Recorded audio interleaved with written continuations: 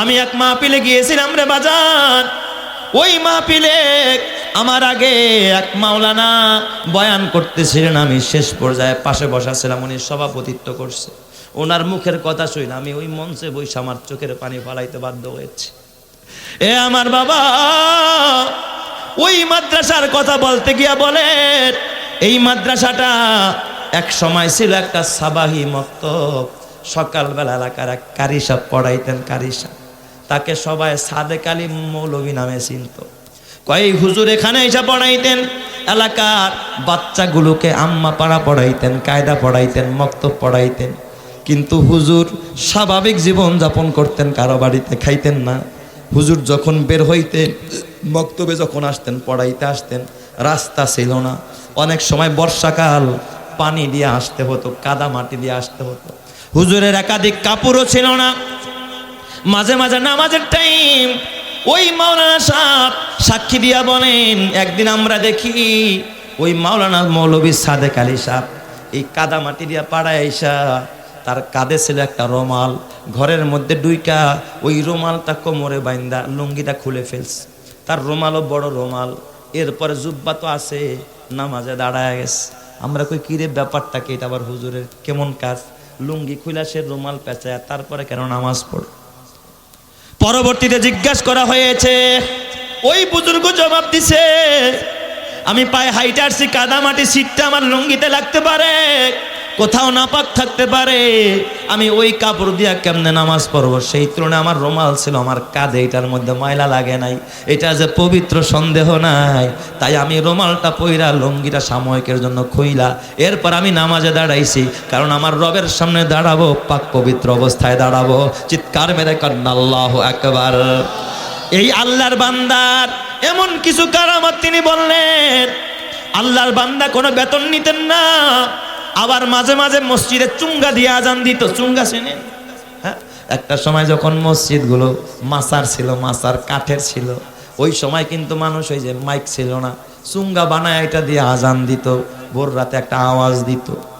এই চুঙ্গা দিয়ে তিনি আওয়াজ দিতেন, আজান দিতেন, তাহাজ্জুদের নামাজ পড়তেন, নিজে নামাজ পড়া তারপরে তিনি চুঙ্গা দিয়ে আজান দিতেন, মানুষের বাড়ির সামনে গিয়া গিয়া নামাজের জন্য ডাকতেন, আসসালাতু খায়রুম মিনান নাওম।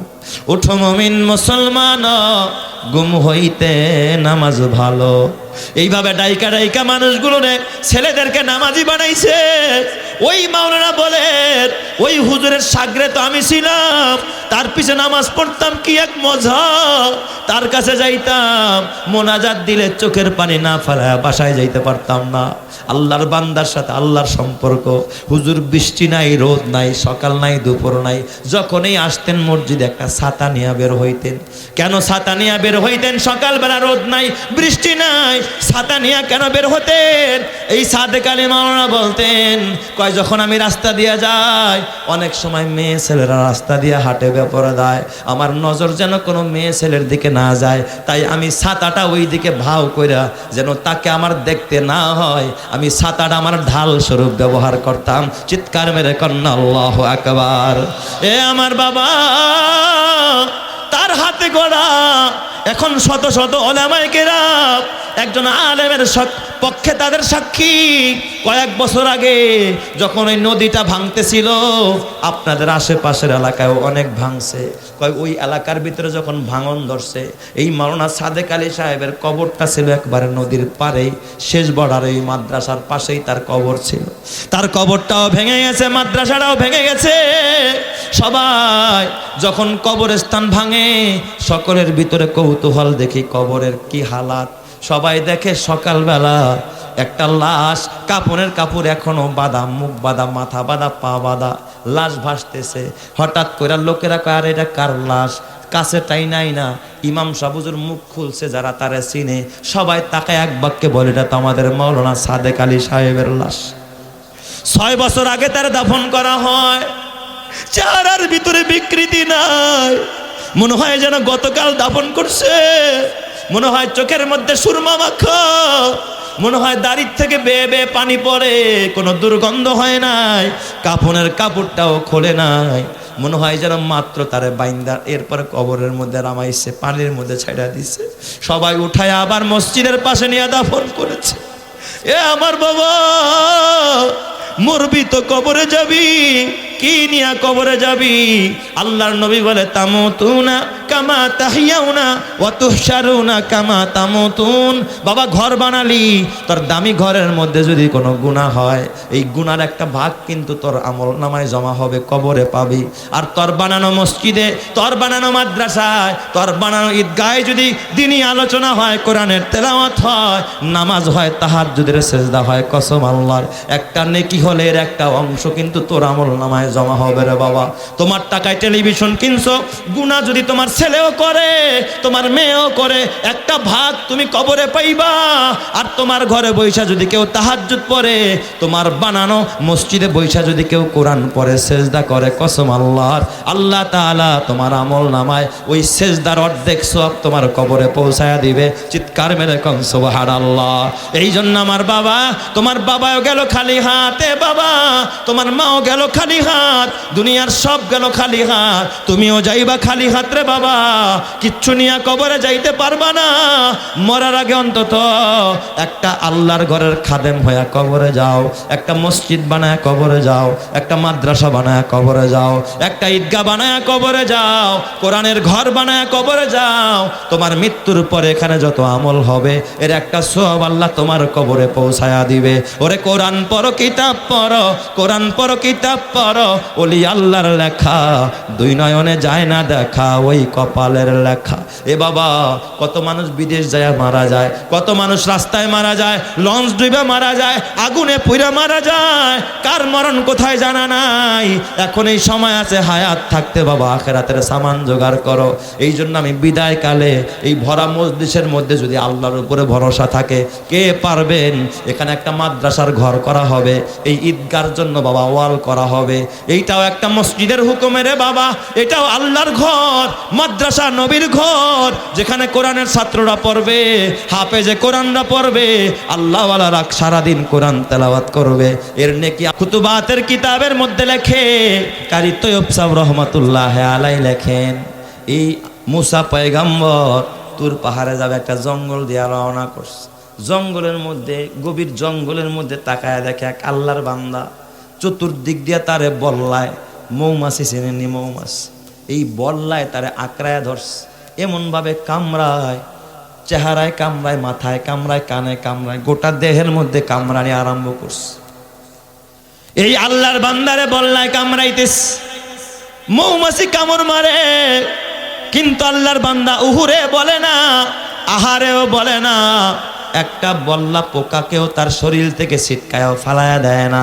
এই অবস্থায় ওই বান্দার জবান থেকে বের হইতেছে সুবহানাল্লাহ ওয়ালহামদুলিল্লাহ লা ইলাহা ইল্লাল্লাহ, সুবহানাল্লাহ ওয়ালহামদুলিল্লাহ লা ইলাহা ইল্লাল্লাহ, সুবহানাল্লাহ ওয়ালহামদুলিল্লাহ লা ইলাহা ইল্লাল্লাহ। মুসা কালিমুল্লাহ আশ্চর্য হয়ে যায়, আয় আল্লাহ, এই লোকটারে বললাই কামড়ায়, মারে কয় না, বাবারে কয় না, কিন্তু তোমার ডাকে আল্লাহ। ও মাওলায়ে পাক, এটা তোমার কেমন ইনসাফ? তোমার যেই বান্দা জবান দিয়া তোমারে ডাকে আর তুমি তারে বল্লার কামড় খাওয়াও। আল্লাহর পয়গাম্বর ওই লোকটারে পিছন থেকে সালাম দিয়া কয়, আসসালামু আলাইকুম, ও আল্লাহর বান্দা তুমি আমার সালাম নাও। ওই লোকটা সালামের জবাব দিছে। জবাব দেওয়ার পর মুসা নবী ওই লোকটার আবার জিজ্ঞাসা করে, ও বান্দা, তোমারে বল্লায় কামড়ায়, তুমি উহ শব্দ পর্যন্ত বলো না, এ ভাই রে, তোমার এই হালাত কেন?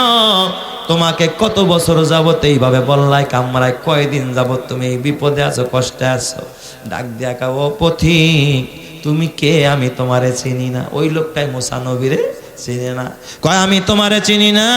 এই অবস্থায় আমাকে 450 বছর যাবত এই জায়গায় বল্লায় কামড়াইতেছে।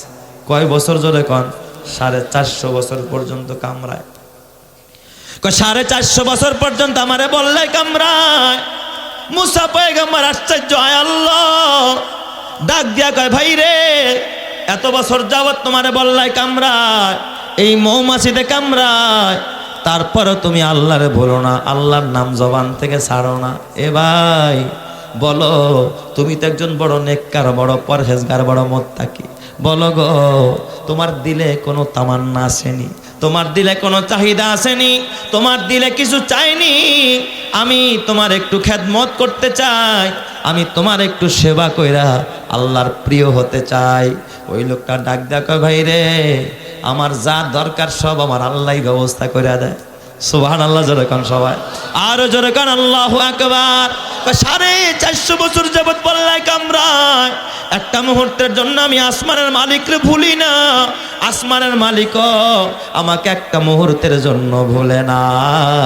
আসমানের মালিক অপেক্ষায় আছে, আমার মরণ হবে, আসমানের মালিক আমারে জান্নাতুল ফেরদাউসের মেহমান বানায় নিবে। চিৎকার মেরে কান্না আল্লাহু আকবার। আমিও আল্লাহরে ভুলি না, আমার আল্লাহ আমারে ভুলে না। কয় তাইলে বুঝলাম তুমি বড় পরহেজগার। ও ভাই বলো, তোমার কোনো তামান্না আসেনি? আমার কাছে কিছু চাও কি না? কয় ভাই রে কোনো তামান্না নাই, তবে আমার দিলের মধ্যে একটা শেষ তামান্না, এই যুগের সেরা নবী মুসা আলাইহিস সালাম আমার দেখতে মন চায়। সুবহানাল্লাহ জোরে কোন সবাই, কারে দেখতে মন চায়? মুসা নবীরে আমার দেখতে মনে চায়, যেই মানুষটার সাথে আল্লাহ সরাসরি কথা কয়। আমার সাথে আল্লাহ সরাসরি কথা কয় না, ওই মানুষটার জীবন কত ধন্য, যেই মানুষের সাথে আল্লাহ তাআলা সরাসরি কথা কয়। আরে বাবা, মুসা নবীর সাথে তো আল্লাহ কথা বলার জন্য 4 শর্ত। অজু লাগতো, তুর পাহাড়ে যাইতে হইতো, জুতা খুলতে হইতো, আল্লাহ যখন বলতো তখন গিয়া দাঁড়াইতে হইতো। এই 4 শর্ত মাইনা আল্লাহর সাথে কথা বলতে হইতো। কিন্তু আল্লাহর নবী কয়, উম্মতেরা আমার আল্লাহর সাথে সরাসরি কথা বলার জন্য কোনো টাইম নাই, কোনো সময় নাই, কোনো স্থানও নাই। আমার উম্মত যদি নামাজের মধ্যে দাঁড়ায়া খালি জবান দিয়া পর আলহামদুলিল্লাহি রাব্বিল আলামিন, আল্লাহ ডাক দিয়া কয় হামিদানি আব্দি, আমার বান্দা আমার প্রশংসা করেছে। ও নামাজে কোরআন পড়তে থাকে, আর আমার আল্লাহ ওই নামাজের মাঝে আমার বান্দার সাথে কথা বলতে থাকে। চিৎকার মেরে কন্না আল্লাহু আকবার। তাই যে যত বেশি নামাজ পড়বে তার সাথে বেশি কথা বলেন যিনি, তিনি কে? আরো জোরে বলেন না, তিনি কে? কয় ও ভাই, মুসা নবীর আমার দেখতে মনে চায়, এটা আমার দিলের 1 নম্বরের তামান্না। বলেন দেখছেনি? আরো জোরে বলেন দেখছে কিনা? যার সাথে কথা কয় তিনি কে? মুসা আলাইহিস সালাম। কয় তোমার আর কোনো তামান্না আসেনি? কয় আর একটা তামান্না আছে। 450 বছর আমারে বল্লায় কামড়ায়, আমার কখনো কোনো পানির পিপাসা থাকে না, ক্ষুধাও থাকে না, মালিক আমারে খাওয়া। কিন্তু এই মুহূর্তে কেন যেন আমার 1 গ্লাস ঠান্ডা পানি খাইতে মনে চায়। তুমি কি পারবানি আমার 1 গ্লাস ঠান্ডা পানি খাওয়াইতে? এই যে আল্লাহর কাছে না চাইছে কার কাছে? বান্দার কাছে, মুসার কাছে। আল্লাহর এটা পছন্দ হয় নাই, আল্লাহ তাআলার পছন্দ হয় নাই। যে আল্লাহ 450 বছর খাওয়াইতে পারছে, ওই আল্লাহ এখনো খাওয়াইতে পারে কিনা? ঠান্ডা পানি দিতে পারে কিনা? মুসা পয়গম্বর সে তো আর সাথে করে পানি নিয়ে যায় নাই। মুসা নবী দৌড়ায় জঙ্গলের মধ্যে পানি তালাশ করে, কোথায় পানি পাওয়া যায়। এই লোকরে পানি পান না করায় আমি তুর পাহাড়ে যাবো না। হঠাৎ করে খুঁজা এক জায়গা থেকে পানি একটু নিয়া ওই জায়গায় আইসা দেখে লোকটার জিন্দা নাই। তার মাথা এক জায়গায়, হাত এক জায়গায়, পা এক জায়গায়, কামড়ায়া সিরা ফাইরা কিসে যেন খাইয়া ফেলছে, তাকে মেরে ফেলেছে। মুসা পয়গম্বর রাগ হয়ে গেলেন। আল্লাহ, মুসা নবী কয়ে জঙ্গলের বাঘেরা কত বড় সাহস! এই আল্লাহর বান্দাটা যে 450 বছর পর্যন্ত বল্লার কামড় সহ্য করলো, এই বান্দাটা তারপরেও আল্লাহর ভুলে না, সুবহানাল্লাহ পড়তে ভুলে না। এই বান্দার গায়ে কে হামলা চালাইছস? আমি মুসার লাঠি তোর জন্য রেডি আছে। কে আসস? রেডি আছে, আয় সামনে আয়। হঠাৎ দেখে একটা বাঘ সামনে আসতেছে, তার মুখের মধ্যে রক্ত মাখা। আল্লাহ তাআলা বাঘের জবান খুলে দিয়েছে। বাঘ ডাক দেয়া কয় পয়গম্বর, আমি তাকে কামড় দিয়েছি, কয় তাহলে সামনে তোর এত বড় আসপর্দা, আল্লাহর বান্দারে তুই কামড়ায় আমার আয়, আমার লাঠি দিয়া তোর জনমের শিক্ষা দিয়া দিব। মুসা নবী যখন লাঠি নিয়ে সামনে বাড়ায়, আল্লাহ তাআলা ডাক ডাকা, মুসা সামনে বাড়াইবা না, আমার বাঘ সাহস রাখে নাই, আমি আমার বাগরে দিয়ে আমার বান্দারের শাস্তি দিয়ে আমি আল্লাহ আমার কাছে নিয়ে আসছি। আল্লাহ কেন তুমি কামনা করলা, একটা সেকেন্ডের জন্য ভুলে নাই। আল্লাহ এই বান্দারে তুমি এত বড় শাস্তি কেন দিলা? আল্লাহ ডাক দেখা, মুসা রে, ও মুসা, 450 বছর পর্যন্ত আমার বান্দা একটা সেকেন্ডের জন্য আমি আল্লাহরে ভুলে নাই। আমি আল্লাহ একটা সেকেন্ডের জন্য আমি আমার বান্দাটারে ভুলি নাই। আমার বান্দা আমার কাছে যা চাইছে আমি তাই দিছি। আমার বান্দা যদি সুস্থতা চাইতো তারা সুস্থতা দিয়া দিতাম। আমার বান্দা আমার কাছে যা চাইতো আমি আল্লাহ তাই দিয়া দিতাম। আমার এই বান্দাটারে 450 বছর পর্যন্ত খাওয়াই না। আজকে তোমারে দেখতে চায় ও মুসা, আজকে তোমার কাছে ঠান্ডা পানি খাইতে চায়, ওকে আমি আল্লাহরে দেখে না। আমি তোর জন্য বিশাল জান্নাত বানায় রাখছি, এটা তো আমার গায়ে রাতে লাগছে রে মুসা। তাই আমি ওরে হালকা কষ্ট দিয়া, এই বাঘ দিয়া কষ্ট দিয়া আমার বান্দাকে ওই মর্যাদা দিয়া আমি আল্লাহ জান্নাতের মেহমান বানায়া দিছি। চিৎকার মেরে কান্না আল্লাহু আকবার, আরো জোরে বলেন আল্লাহু আকবার। এ আমার বাবা, তুমি ভাবতে পারো তোমার কোটি টাকার মালিক তুমি, তুমি আরামে থাকো। তোমার ইমাম সাহেব ভাঙাচুরা একটা চৌকিতে থাকে, খাট কি জিনিস ইমাম সাহেব চোখে দেখে না। মাদ্রাসার ছাত্ররা বলে তো বাবা, ওরা কি টাইলস করা ভবনে থাকে নাকি? ওদের টয়লেটগুলো কি টাইলস করা থাকে নাকি? গরম পানির কোনো গিজারও নাই, ওরা গরম খানাও খাইতে পারে না, আলু ভর্তার ডাইলের পানি ছাড়া চোখে দেখে না। তুমি ভাবতে পারো যে আমার মর্যাদা বেশি, আমি ভালো খাই, ওদের মর্যাদা নাই দেখে ওরা খারাপ খায়। আসলে কি বিষয়টা এমন নাকি? বিষয়টা কিন্তু এমন না রে বাবা। এ বাবা, দুনিয়ার কষ্ট কষ্ট না, দুনিয়ার সামান্য ক্লেশ এটা ক্লেশ না, দুনিয়ার সামান্য এ বাবা অসচ্ছলতা এটা কিন্তু কোনো ধরনের বিপদের না। আমার বাবা, এই দুনিয়ায় যদি সামান্যভাবে তুমি জীবন যাপন করা মালিকরে রাজি করতে পারো, কিয়ামতের ময়দানে 10 দুনিয়ার সমান জান্নাতটা তোমারে দান করবেন যিনি, তিনি কে? এ আমার বাজান, তুমি তো জানো না, আমার জীবনের এক বাস্তব ঘটনা বলি রে বাবা। আপনাদের এই শরীয়তপুরের এই যে চাঁদপুরের বর্ডার এলাকা, একেবারে চাঁদপুর আর শরীয়তপুর সখীপুর থানার মধ্যে পড়ছে। আমি এক মাহফিলে গিয়েছিলাম রে বাজার। ওই মাহফিলে আমার আগে এক মাওলানা বয়ান করতেছিলেন, আমি শেষ পর্যায়ে পাশে বসা ছিলাম, উনি সভাপতিত্ব করছে। ওনার মুখের কথা শুনে আমি ওই মঞ্চে বসে আমার চোখের পানি ফালাইতে বাধ্য হয়েছে। এ আমার বাবা, ওই মাদ্রাসার কথা বলতে গিয়া বলে, এই মাদ্রাসাটা এক সময় ছিল একটা সাবাহি মক্তব। সকালবেলা এলাকার এক কারি সাহেব পড়াইতেন, কারি সাহেব, তাকে সবাই সাদেক আলী মৌলভী নামে চিনত। কয়েক হুজুর এখানে এসে পড়াইতেন, এলাকার বাচ্চাগুলোকে আম্মা পাড়া পড়াইতেন, কায়দা পড়াইতেন, মক্তব পড়াইতেন। কিন্তু হুজুর স্বাভাবিক জীবন যাপন করতেন, কারো বাড়িতে খাইতেন না। হুজুর যখন বের হইতেন, মক্তবে যখন আসতেন, পড়াইতে আসতেন, রাস্তা ছিল না। অনেক সময় বর্ষাকাল, পানি দিয়ে আসতে হতো, কাদা মাটি দিয়ে আসতে হতো। হুজুরের একাধিক কাপড়ও ছিল না। মাঝে মাঝে নামাজের টাইম ওই মাওলানা সাহেব সাক্ষী দিয়া বলেন, একদিন আমরা দেখি ওই মাওলানা মৌলভী সাদেক আলী সাহেব এই কাদা মাটি দিয়া পাড়ায় আইসা তার কাঁধে ছিল একটা রুমাল, ঘরের মধ্যে ডুইকা ওই রুমালটা কোমরে বাইন্দা লুঙ্গিটা খুলে ফেলছে। তার রুমালও বড় রুমাল, এরপরে জুব্বা তো আছে, নামাজে দাঁড়ায় গেছে। আমরা কই কিরে ব্যাপারটা কি, এটা আবার হুজুরের কেমন কাজ? লুঙ্গি খুলা সে রুমাল পেঁচায়, তারপরে কেন নামাজ পড়ে? পরবর্তীতে জিজ্ঞাসা করা হয়েছে, ওই বুজুর্গ জবাব দিছে, আমি পায়ে হাইটে আসছি, কাদা মাটি সিটটা আমার লুঙ্গিতে লাগতে পারে, কোথাও নাপাক থাকতে পারে, আমি ওই কাপড় দিয়া কেমনে নামাজ পড়বো? সেই তুলনায় আমার রুমাল ছিল আমার কাঁধে, এটার মধ্যে ময়লা লাগে নাই, এটা যে পবিত্র সন্দেহ নাই। তাই আমি রুমালটা পইরা লুঙ্গিটা সাময়িকের জন্য খুইলা এরপর আমি নামাজে দাঁড়াইছি, কারণ আমার রবের সামনে দাঁড়াবো, পাক পবিত্র অবস্থায় দাঁড়াবো। চিৎকার মেরে কান্না আল্লাহু আকবার। এই আল্লাহর বান্দার এমন কিছু কারামত তিনি বললেন। আল্লাহর বান্দা কোনো বেতন নিতেন না, আবার মাঝে মাঝে মসজিদে চুঙ্গা দিয়ে আজান দিত। চুঙ্গা চেনেন? হ্যাঁ, একটা সময় যখন মসজিদগুলো মাচার ছিল, মাচার কাঠের ছিল, ওই সময় কিন্তু মানুষ ওই যে মাইক ছিল না, চুঙ্গা বানায় এটা দিয়ে আজান দিত। ভোর রাতে একটা আওয়াজ দিত, এই চুঙ্গা দিয়া তিনি আওয়াজ দিতেন, আজান দিতেন, তাহাজ্জুদের নামাজ পড়তেন, নিজে নামাজ পড়া তারপরে তিনি চুঙ্গা দিয়ে আজান দিতেন, মানুষের বাড়ির সামনে গিয়া গিয়া নামাজের জন্য ডাকতেন, আসসালাতু খায়রুম মিনান নাওম। উঠো মুমিন মুসলমান, গুম হইতে নামাজ ভালো। এইভাবে ডাইকা ডাইকা মানুষগুলোরে ছেলেদেরকে নামাজি বানাইছে।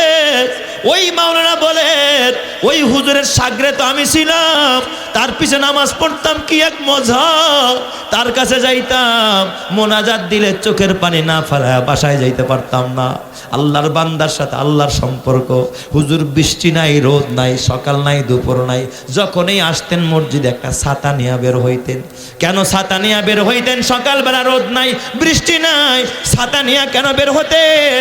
এই সাদেক আলী মাওলানা বলতেন, কয় যখন আমি রাস্তা দিয়ে যাই, অনেক সময় মেয়ে ছেলেরা রাস্তা দিয়ে হাঁটে বেপরদায়, আমার নজর যেন কোনো মেয়ে ছেলের দিকে না যায়, তাই আমি ছাতাটা ওই দিকে ভাও কইরা যেন তাকে আমার দেখতে না হয়, আমি ছাতাটা আমার ঢাল স্বরূপ ব্যবহার করতাম। চিৎকার মেরে কন্যা আল্লাহু আকবার।